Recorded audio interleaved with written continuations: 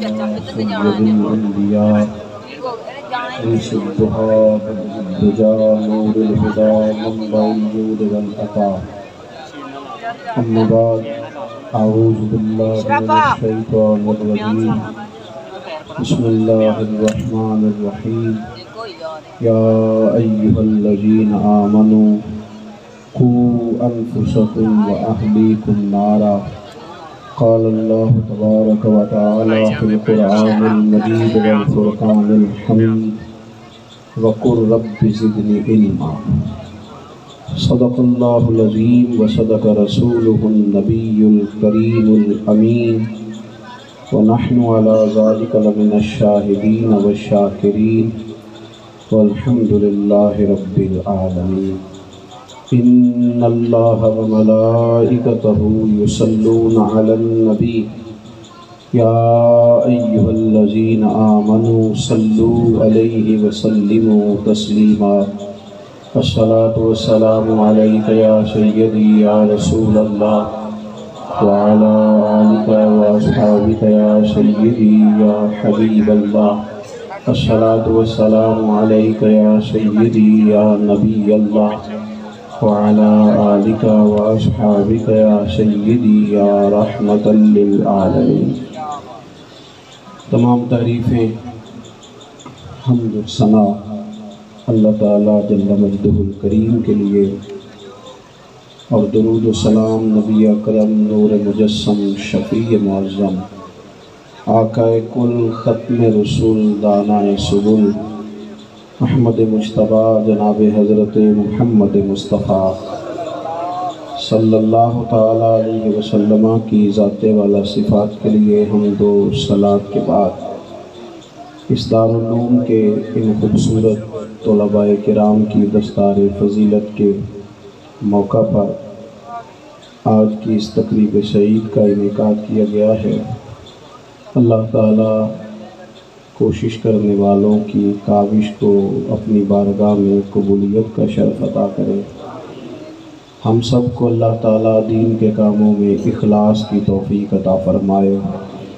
اس محفل پاک کو عقائد کی پختگی، اعمال کی درستگی اور ہمارے گناہوں کی معافی کا سبب بنائے. ہم لوگ تشریف رکھیں گی، بیٹھ جائیں بیٹا، سب بیٹھ جائیں، تھک جائیں گے آپ بلا وجہ. تشریف آسانی سے بیٹھ.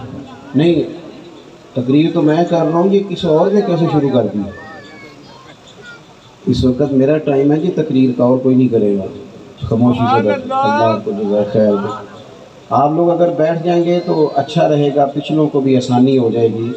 پیچھے آپ کے لوگ تکلیف میں ہیں. نہیں، پیچھے دیکھنے کو نہیں کہا، بیٹھنے کو کہا. اگر آسانی سے بیٹھ سکیں اللہ آپ کو جزائے خیر عطا فرمائے.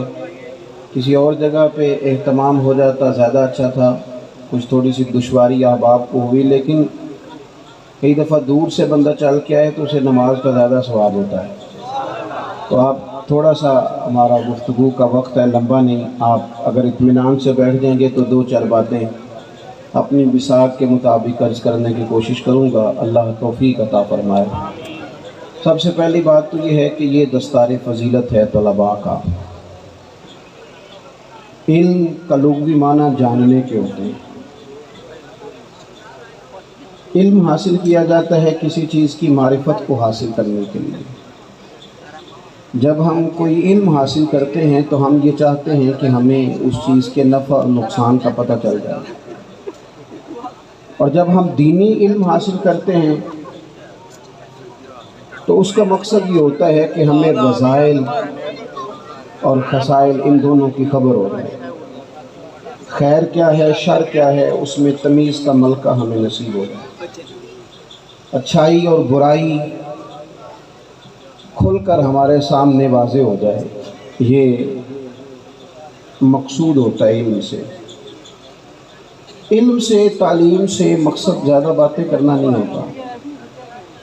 ایک آدمی بہت زیادہ باتیں کرتا ہے تو شاید بڑا عالم ہے. ایک شخص بہت زیادہ گفتگو کرتا ہے تو اس کے پاس معلومات زیادہ. ایسا نہیں، بلکہ حضرت عبداللہ ابن مسعود رضی اللہ تعالیٰ عنہ سے جب کسی نے پوچھا تھا کہ بڑا عالم کون ہوتا ہے، تو آپ فرمانے لگے جو رب سے زیادہ ڈرے وہ بڑا عالم ہے. اور دلیل انہوں نے یہ دی کہ اللہ کریم نے قرآن مجید میں فرمایا ہے کہ انما یخشی اللہ من عبادہ العلماء، اللہ کے بندوں میں سے جو عالم ہیں وہ رب سے ڈرتے ہیں۔ تو دینی تعلیم، اس کی معلومات حاصل کرنے کی کوشش کریں، صحیح کریں۔ قرآن مجید کی ایک آیہ کریمہ کا کچھ حصہ جو میں نے تلاوت کیا، اس میں اللہ کریم نے فرمایا اپنے محبوب سے، کہا وَقُلْ رَبِّ زِدْنِي عِلْمًا، اے محبوب آپ میری بارگاہ میں یہ دعا مانگیں، آپ یہ عرض کریں کہ اے رب میرے علم میں اضافہ کر دیں، اے مالک میرے علم میں اضافہ کر دیں۔ بہت ساری چیزیں ایسی ہوتی ہیں جن کی زیادتیں ٹھیک نہیں ہوتی، وہ زیادہ ہو جائیں تو نقصان کرتی ہیں، لیکن علم ایک ایسی چیز ہے کہ جس کے بارے میں رب کریم نے کہا کہ محبوب آپ دعا مانگیں کہ آپ کو زیادہ علم دیا جائے۔ اور پھر علم ایک ایسی چیز ہے کہ کوئی بھی آدمی یہ دعویٰ نہ کرے کہ میں نے بڑا حاصل کر لیا ہے، میری اب تکمیل ہو گئی ہے، میں اب مکمل ہو گیا ہوں۔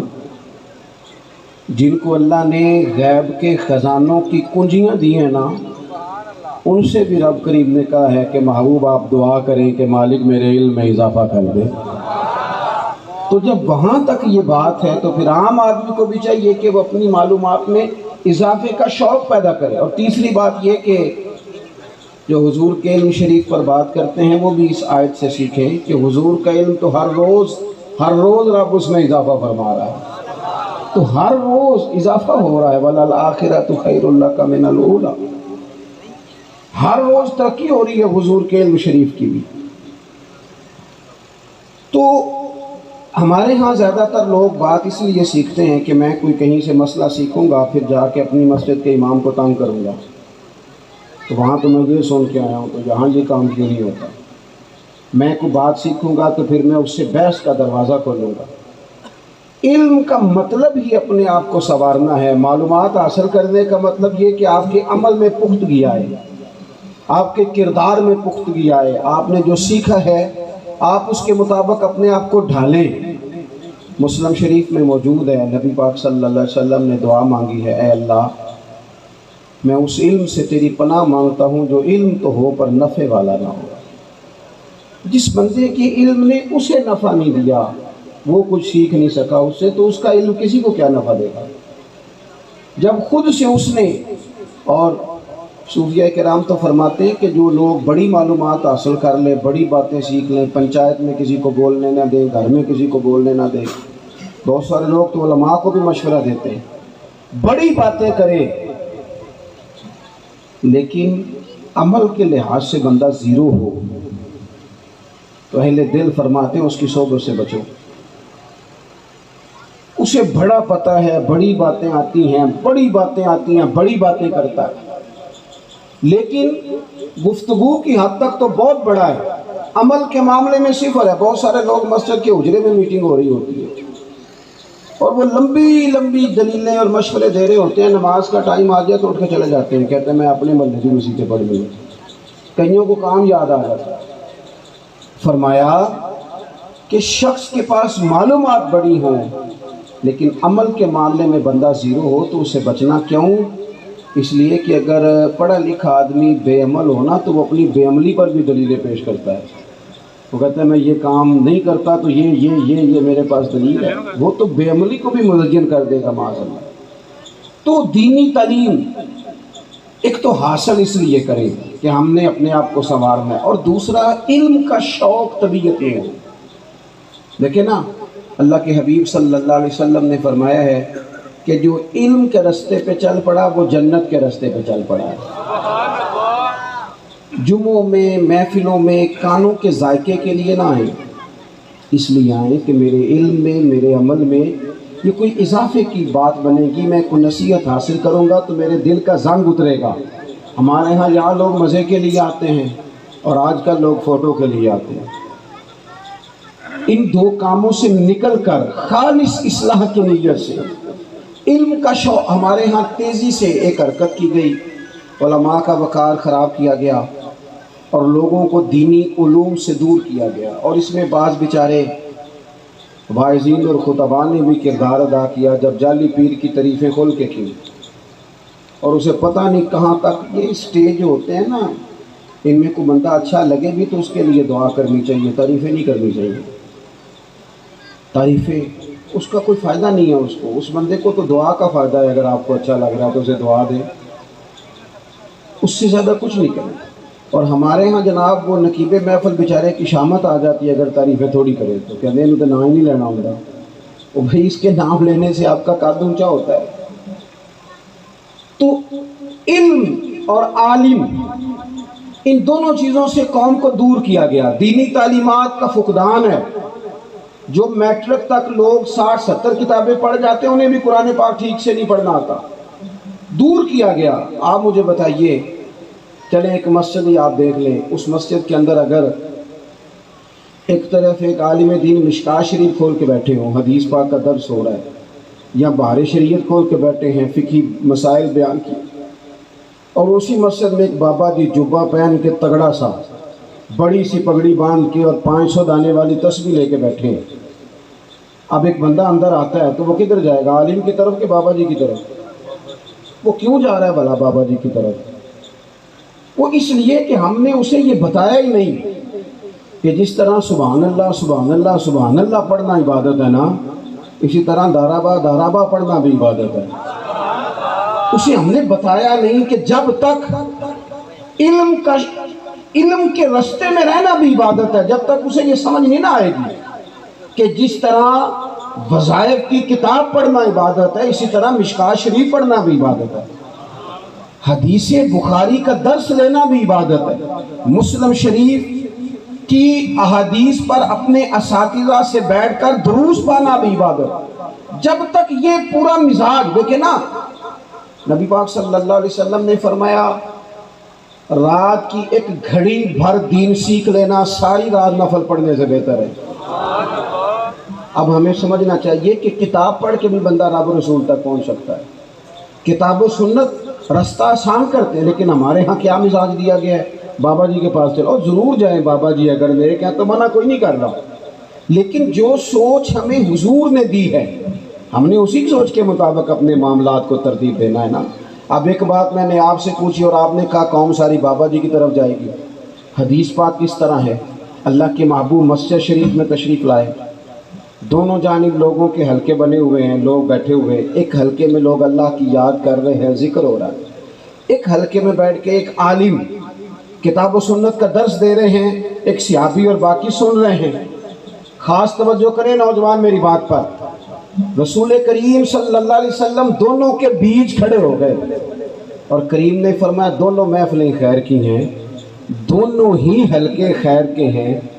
اور پھر حضور فرمانے لگے مجھے چونکہ رب نے استاد بنا کے بھیجا ہے، میں چونکہ معلم بن کے آیا ہوں، یتلو علیکم آیاتنا ویزکیکم، میں چونکہ کتاب و سنت کی تعلیم کے لیے آیا ہوں۔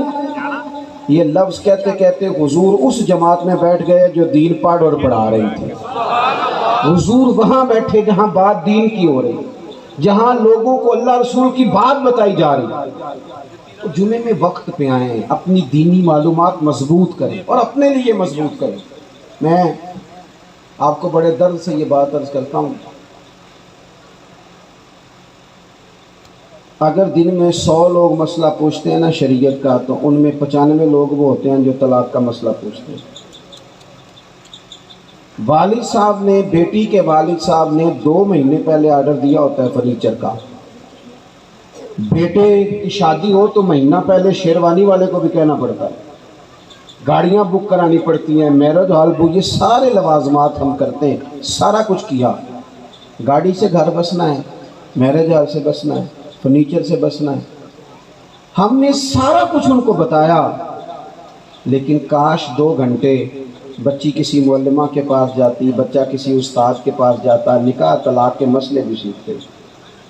میں دعوے سے کہتا ہوں اگر ہمیں پتہ چل جائے کہ 3 طلاقیں اکٹھی نہیں دینی چاہیے، کیونکہ دے دیں تو ہو جاتی ہیں، اگر ہمیں سمجھ آ جائے کہ نہیں دینی چاہیے، یہ مسئلہ بیان ہو، اور یہ والے مسئلے محفلوں میں بھی نہیں بیان کر سکتے، اس لیے کہ لوگ کہیں گے مسئلہ تو وہ بیان کریں گے، اس پہ نعرے لگیں گے۔ آپ قوم کو یہ کیا بتا رہے ہیں؟ یہ تو چھوٹا عالم بتاتا ہے معاذ اللہ اس طرح کی باتیں، تو بڑی بڑی کوئی نقطے کی بات بتائیں۔ تو جس طرح ہمارے ہاں وہ 1 گھنٹہ پہلے نہیں کہتے تگڑے ہو جو میں جملہ دینے لگا ہوں، تو پتہ نہیں جملہ آ رہا ہے کہ ایٹم بم آ رہا ہے، تیار ہو جائے جو میرا جملہ ضائع نہ کرنا، ادھر بھاگ کے چلا گیا ادھر بھاگ کے آ جاؤ، اللہ جانے وہ جس طرح کبھی لگتا ہے نا پٹاری سے، اللہ جانے کیا نکلے گا، میں جملہ دینے لگا ہوں۔ تو میں کہتا ہوں تو آرام سے بیٹھ کے بھی جملہ دے دے، تیرے جملے سے کیا نکلے گا؟ اور تو جملہ نہ دے، ہمیں کوئی آیت دے، تو جملہ چھوڑ ہمیں کوئی حدیث پاک سنا۔ یعنی ہر نقیب، ہر خطیب، ہر نعت خواہ اٹھ کے کہتا ہے سارا قرآن ہی حضور کی تعریف ہے۔ اور بھئی اگر سارا قرآن حضور کی تعریف ہے تو چند آیتیں پڑھ دے پھر تو بھی، تو نے پڑھی تو ایک بھی نہیں اور تو کہتا جا رہا ہے سارا قرآن ہی حضور کی تعریف ہے۔ یہ بڑی تعریف بھی تو سنانا قوم کو، جو یہ بچے ان کے استاد انہیں سکھا رہے ہیں اور یہ سیکھ رہے ہیں، اس طرف بھی تو سفر کریں۔ تو میرے عزیز، اگر لوگوں کو مسائل کا پتہ چلے تو سینکڑوں گھر بچ جائیں تباہ ہونے سے، بڑے بڑے گھر بچ جائیں، لیکن مسائل نہیں آتے۔ میرے پاس مسئلہ پوچھنے کے لیے کچھ لوگ آ گئے، کوئی 4-5 سال کا بچہ بھی تھا جس کے والد نے غصے میں اپنی بیوی کو 3 طلاقیں دی تھی، چھوٹا سا بچہ، کپڑے بھی پھٹے پرانے، اور حالت بتا رہی تھی کہ غریبی ہے۔ تو جب میں نے مسئلہ بتایا کہ 3 طلاقیں ہو گئی ہیں تو واپس جانے لگے، تو بچہ مجھ سے کہتا ہے، دیہاتی آدمی تو کہنے لگا، مولوی صاحب میری اماں تے نانی کہنی اصل پوچھ کے آئیں آپ کہ ہن اسی علیحدہ علیحدہ ہی رہنا ہے۔ تو اس بچے کی نونہال کی وہ کیفیت دیکھی تو میں رو پڑا۔ میں نے کہا یار یہ بچہ بیچارہ ماں باپ کے ہوتے ہوئے یہ یتیموں جیسی زندگی گزارے گا کیونکہ باپ نے طلاق دے دی، کس طرح؟ مسائل نہیں بتائے لوگوں کو، تعلیم سے آگاہی نہیں کیا۔ اور اس میں بہت بڑا ظلم ہے ان لوگوں کا بھی جو جنازے پہ کھڑے ہو کے تو کہہ دیتے ہیں، میری طرح کے لوگ اچھے علماء کی بات نہیں کرتا، وہ کہہ دیتے ہیں دیکھو جن لوگوں کو جنازہ نہیں آتا، بھئی آپ نے کس دن عشاء کے بعد کلاس لگائی تھی جنازہ سکھانے کی؟ یہ تو آپ نے کہہ دیا لوگوں کو قرآن کی ٹھیک نہیں آتا، تو یہاں تو بیچاری بیویاں جن کو صحیح پڑھنا نہیں آتا وہ مشن بنا لیتی ہیں کہ میں نے اتنے 100 کو قرآن پاک پڑھانا ہے، بیوہ ہو گئی ہوں، طلاق یافتہ ہو گئی ہوں، ساری زندگی قرآن پڑھاؤں گا۔ ہم کیوں یہ مشن نہیں بناتے؟ کیوں اس طرف سفر نہیں کرتے؟ ایک تو دینی معلومات میں، دینی علوم میں اپنے آپ کو لگائیں اور ذوق پیدا کریں کہ جو چیزیں مجھے نہیں آتی میں نے وہ سیکھنی ہے، جو معاملات مجھے نہیں آتے میں نے ان کی طرف سفر کرنا ہے۔ ایک تو اپنا یہ مزاج بنائیں، اور جب آپ دینی علوم سیکھتے ہیں تو پتہ ہے کون سا منظر قائم ہوتا ہے؟ منظر وہ بنتا ہے کہ حضرت ابو ہریرہ بھی دین سیکھا کرتے تھے، حضرت عبداللہ ابن عمر بھی اصحاب صفہ میں رہا کرتے تھے، حضرت انس بن مالک بھی رہا کرتے تھے، اور ایسا منظر بنتا ہے کہ حضرت سیدہ خدیجہ الکبریٰ رضی اللہ تعالیٰ عنہ فرماتی ہیں سیدہ فاطمہ حضور کی گود میں بیٹھی ہوتی تھی اور نبی پاک سے باتیں پوچھتی تھی اور حضور انہیں بتا رہے ہوتے۔ سیدہ عائشہ حضور سے دین کی باتیں پوچھتی۔ چوتھا حصہ ہماری فقہ کے اصول حضرت فاطمہ کی، حضرت عائشہ صدیقہ کی مرویات پر مبنی ہے۔ اگر ہماری بچیاں چھوڑ دیں ڈائجسٹ پڑھنا، چھوڑ دیں ادھر ادھر کی مووی دیکھنا اور وہ کتاب و سنت پر آ جائیں تو بہت سارے مسائل ایسے ہیں جو الجھنے سے پہلے ہی سلجھے ہوئے ہوں۔ دینی تعلیم کا مزاج اور ذوق۔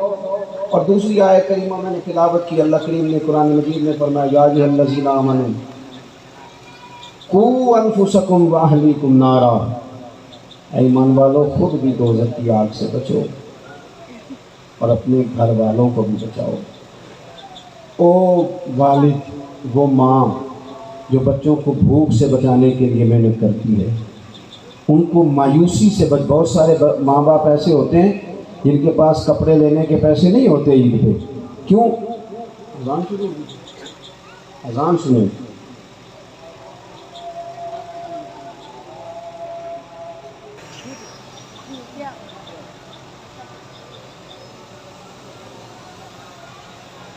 ایک ہی اذان کا جواب دینا ضروری ہوتا ہے، ہم دے چکے، آپ تھوڑی سی توجہ کریں گے، دو ایک باتیں اور عرض کرنی ہے آپ کی خدمت میں۔ عزیز بھائی، جس طرح ہم اپنے بچوں کو دیکھیں، بہت سارے ماں باپ کے پاس گنجائش نہیں ہوتی، لیکن اس لیے سے کہ بچوں کے دل ٹوٹ جائیں گے، عید پہ کیسے گزارا کریں گے، مشکل سے بھی کپڑے خرید کے دیتے ہیں۔ اس طرح ہم اپنے بچوں کو بھوک سے، پیاس سے، مایوسی سے بچاتے ہیں۔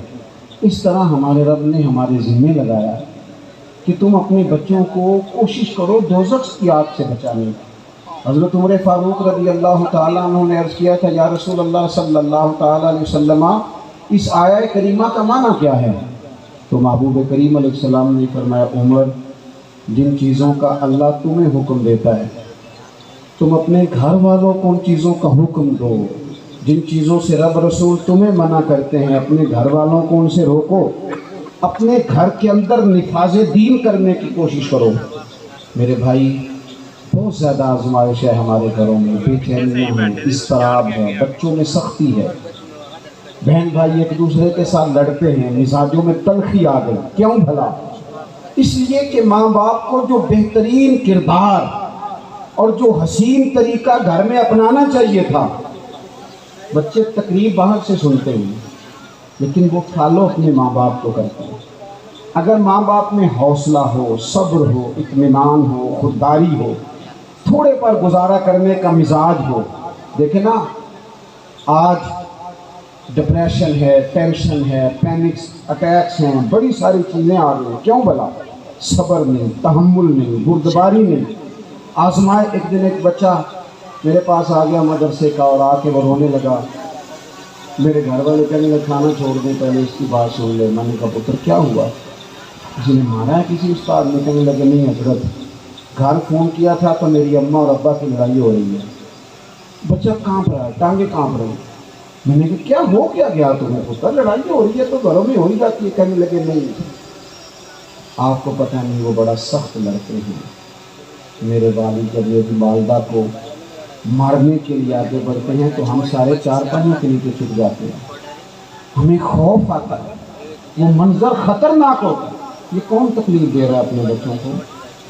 یہاں بیٹھے ہمارے ہاں میلوں دور رہتے تھے اس کے گھر والے، تو وہ تکلیف میں تھا، تو گھر میں کیا کیفیت ہو؟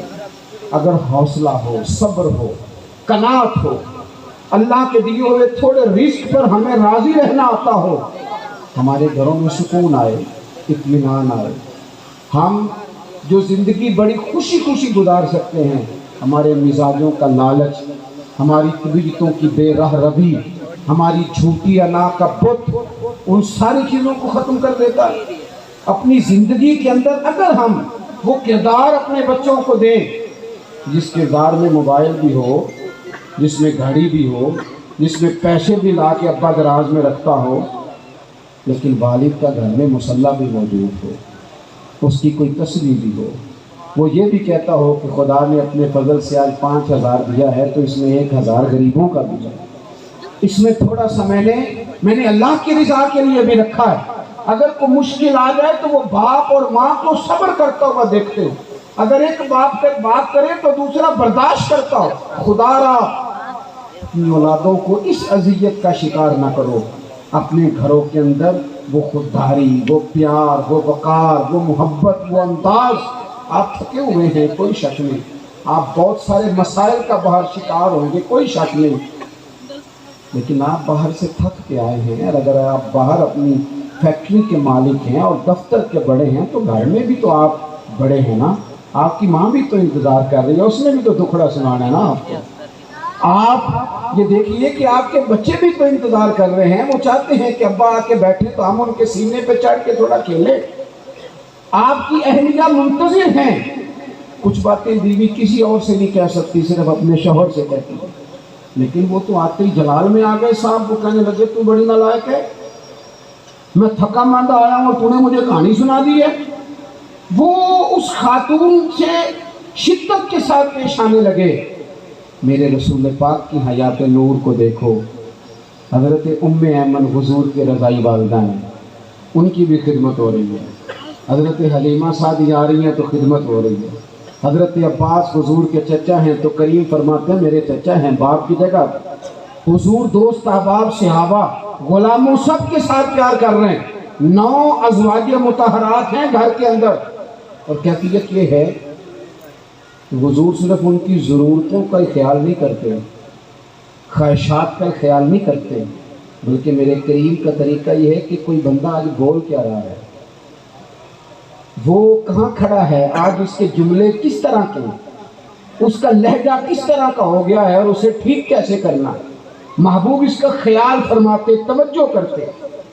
میں کہتا ہوں کہ ہم سب کو شوق آیا ہے آرام کرنے کا۔ میں صبح 11 بجے سے پہلے اپنے گھر سے نکل آیا اور یہ وقت آ گیا ہے اور رات کو خدا جانے کس وقت گھر پہنچنا ہے۔ کئی دفعہ کیفیت یہ ہوتی ہے کہ گاڑی سے اترتے ہیں تو پھر دل کرتا ہے کہ کوئی اٹھا کے چلائے نہ کبھی۔ اس کے باوجود بہت سارے لوگ ناراض رہتے ہیں کہ ہم سے مل کے نہیں گئے، فوٹو نہیں کھنچوا کے گئے، فلانی جگہ چائے نہیں پی کے گئے۔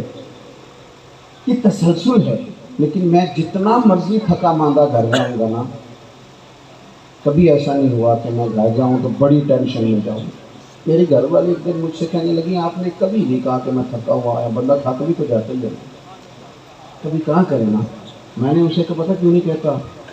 اس لیے نہیں کہتا کہ میں نہیں چاہتا کہ میرے بچے یہ کہیں کہ ہم نے دین نہیں پڑھنا، ہمارا باپ تو بڑی مشکل میں۔ ہم اپنے کام کے بارے میں اپنے گھر میں شکوے کرتے ہیں۔ آپ کسی بچے سے پوچھ لیں کون سا کام کرنا ہے کہ میرے ابا جی کر دینے، وہ نہیں کرنا۔ کیوں کہ ابا جی ہر روز تو کہتے ہیں میں بڑا الجھ گیا ہوں، یہ کام بڑا مشکل ہے۔ میں چاہتا ہوں کہ میں اپنے بچوں کو یہ بتاؤں کہ پتر میں تو جدھر جاتا ہوں پھول ہی پھول ہیں، میں تو جدھر سے گزرتا ہوں محبت ہی محبت ہے، میں تو جدھر سے دیکھتا ہوں دعائیں ہی ملتی ہیں، تاکہ ان کا شوق پیدا ہو۔ میرے عزیز، آپ تھوڑا سا دل بڑا کریں۔ اگر آپ ایک کی وجہ سے پورا گھر سکون میں آ جاتا ہے تو آپ دل بڑا کیوں نہیں کرتے؟ جگہ ڈھونڈتے ہیں بس مجھے کوئی تنگ نہ کرے، کوئی میری باپ ماں بدولت کوئی پریشان نہ کرے۔ بخاری شریف سنیے، حضرت عائشہ صدیقہ رضی اللہ تعالیٰ عنہ بیٹھی ہے، حضور فرمانے لگے عائشہ آج ایک بات نہ بتاؤں تمہیں؟ یا رسول اللہ بتائیے۔ حضور فرمانے لگے جب تم مجھ سے ناراض ہوتی ہو تب بھی مجھے پتہ چل جاتا ہے، اور جب راضی ہوتی ہو پھر بھی پتہ چل جاتا ہے۔ تو حضرت سید عائشہ صدیقہ بات سن کے بڑی خوش ہوئی، یا رسول اللہ وہ کیسے؟ حضور فرمانے لگے کبھی کبھی تم قسم اٹھاتی ہو۔ یا رسول اللہ ہاں۔ فرمایا جب ہوتی ہو نا راضی خوش تو پھر کہتی ہو مجھے رب محمد کی قسم صلی اللہ علیہ وسلم، پھر تم میرے نام کے ساتھ رب کریم کا نام ملا کے قسم اٹھاتی ہو، رب محمد کی قسم۔ یا رسول اللہ بالکل ایسے ہی ہے۔ اور فرمایا جب تمہارے دل میں کوئی بات ہوتی ہے تو پھر تم کہتی ہو مجھے رب ابراہیم علیہ السلام کی قسم ہے، پھر تم رب محمد نہیں کہتی۔ یہ بخاری مسلم میں موجود ہے۔ حضرت عائشہ صدیقہ نے تو بات سنی تو کھل گئی طبیعت، کہنے لگی کریم صدقے جاؤ، یہاں تک خیال فرماتے ہو؟ اس کے جملے کہاں پہنچ گئے، یہاں تک خیال ہے؟ فرمایا مجھے پتہ چل جاتا ہے کہ تمہاری کیفیت کیا ہے، کہاں کھڑی ہو۔ اور بھئی ہم تو اپنی ماں کا بھی خیال نہیں رکھتے، ہمارا باپ کہاں بیچارہ کھڑا ہے، وہ تو انتظار میں تھا کہ 10 منٹ میرے پاس بیٹھے گا، توجہ ہی نہیں، جذبات کا خیال ہی نہیں۔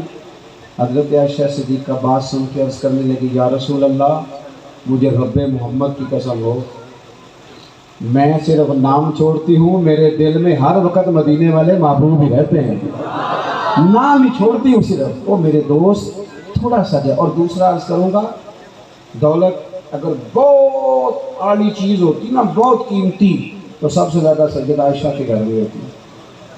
اگر پیسوں سے سو کھاتا تو پیسے سب سے زیادہ حضرت فاطمہ الزہرا کے کاشانہ نور میں ہوتے۔ او میرے بھائیوں، سونا وقت محبتوں سے گزارا جا سکتا ہے۔ او بھائی، میں نے تو اپنے گھر میں یہ دیکھا کہ میرے والد صاحب گرمی آتی تو فرماتے اور لو بھائی قانون پرواہ نہیں، میں تواڈے پڑھولے دانے پا دیتے نے تے تواڈی ماں نے مرتبہ نے تو چار پا دیتا ہے، لوگ تمہیں کہیں جانے کی ضرورت نہیں پڑے گی۔ اس میں بھی وقت بڑا اچھا گزرتا ہے، اس میں بھی ٹائم بڑا اچھا۔ 6 کھانے کھا کے بچے نخرے کر رہے ہیں۔ میں نے اپنے والد صاحب سے ایک دن کہا، میں کہ ابا جی تو پسند کی ہے؟ فرمان لگے پتر جی تو لگی ہوگے بھوک پھر تے ہر شے، اور اگر بھوک نہ ہو تو پھر نخرے ہی نخرے ہیں، پھر کیا پسند ہونا ہے؟ طبیعت میں، اپنے گھروں میں، اپنے دوستوں میں اطمینان پیدا کریں، اس طرح سے باہر آنا۔ اور ایک بات اور عرض کرنی ہے، یاد رکھنا، تقریب باہر چلتی ہے، گھر میں نہیں چلتی، گھر میں عمل چلتا ہے۔ گھر جا کے آپ لیکچر دیں نا نماز پڑھا کرو، نماز پڑھا کرو، نماز پڑھا کرو، نماز پڑھا کرو، تو کوئی نہیں پڑھتے گھر والے۔ آپ گھر میں نماز خود شروع کر دیں۔ نبی پاک صلی اللہ علیہ وسلم نے فرمایا گھروں کو قبرستان نہ بناؤ، کچھ نفلی نمازیں گھر میں بھی پڑھا کرو۔ اللہ کے پیارے رسول صلی اللہ علیہ وسلم کا گھر مسجد نبوی کے بالکل ساتھ ہے، دروازہ حضور کے گھر کا مسجد میں کھلتا تھا، لیکن نبی کریم صلی اللہ علیہ وسلم کیا کرتے تھے؟ حضرت عائشہ صدیقہ فرماتی ہیں تہجد کی نماز گھر میں پڑھا کرتے، گھر میں حضور تہجد کی نماز پڑھتے، اگرچہ گھر میں دشواری تھی، کچھ عبادات، کچھ نمازیں گھر کے اندر بھی انسان پڑھے۔ توجہ کرے، ویسے تو ہم ایک اذان سن چکے ہیں لیکن یہ کچھ زیادہ ہی قریب ہے، اسے بھی سننے کے لیے اچھا جی سن لیں گے اذان سننے، ویسے ایک ہی اذان سننا ضروری ہوتا ہے جب زیادہ ہو رہی ہے۔ میں بھی بس بات سمیٹنے ہی لگا تھا، اذان کو مکمل ہو۔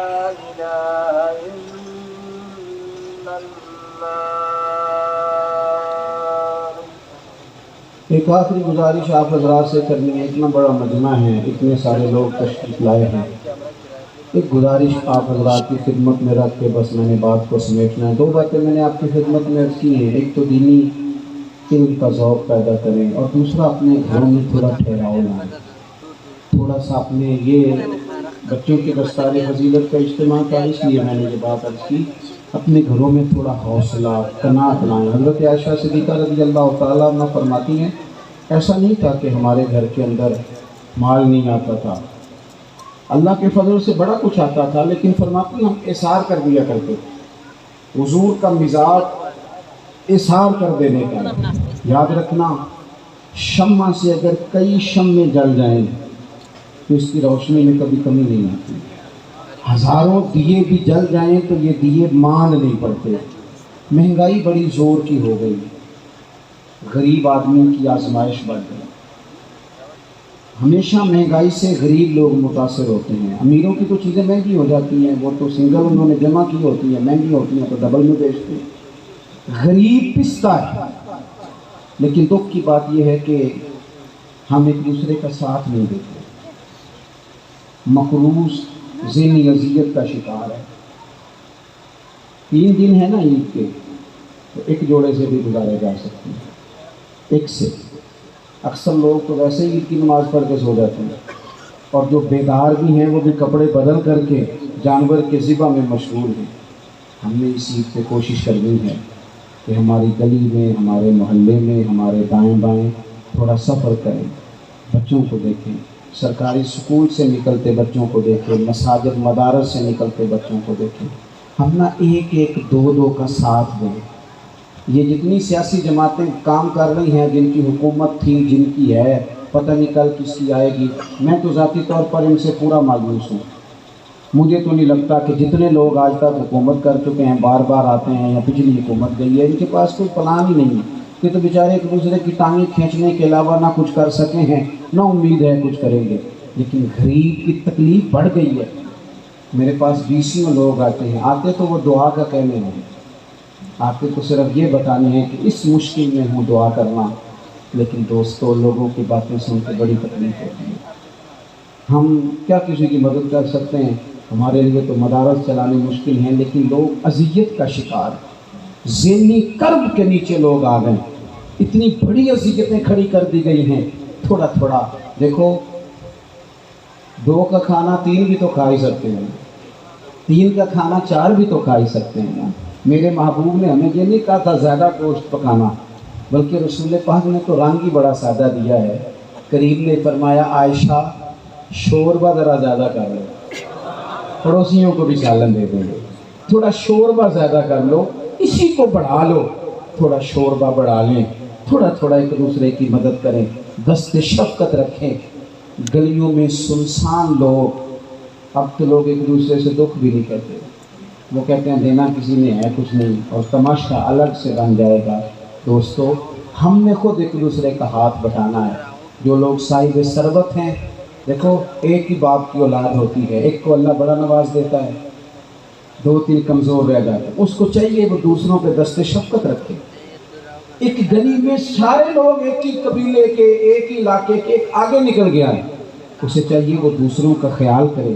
عزیز بھائیوں، ہم نے اس کمر توڑ مہنگائی کے دور میں، میں نے جمعے میں امیر لوگوں سے کہا تھا کہ قربانیاں کرنی تو ہے ہی، تو تم تو سارا سال گوشت کھاتے ہو۔ کیا آپ کو بتاؤں کہ ہم اس وطن میں رہتے ہیں جہاں فریج اور فریزر بڑی عید سے پہلے زیادہ بکتے ہیں۔ فریج نہیں لے آؤ، بڑی لے آؤ، کیونکہ گوشت سیو کرنا ہے، سارا سال بھی تو ملتا ہے نا امیر۔ میں نے تو کہا تھا اس گاؤں میں لے جاؤ جہاں قربانی کوئی نہیں کرتا۔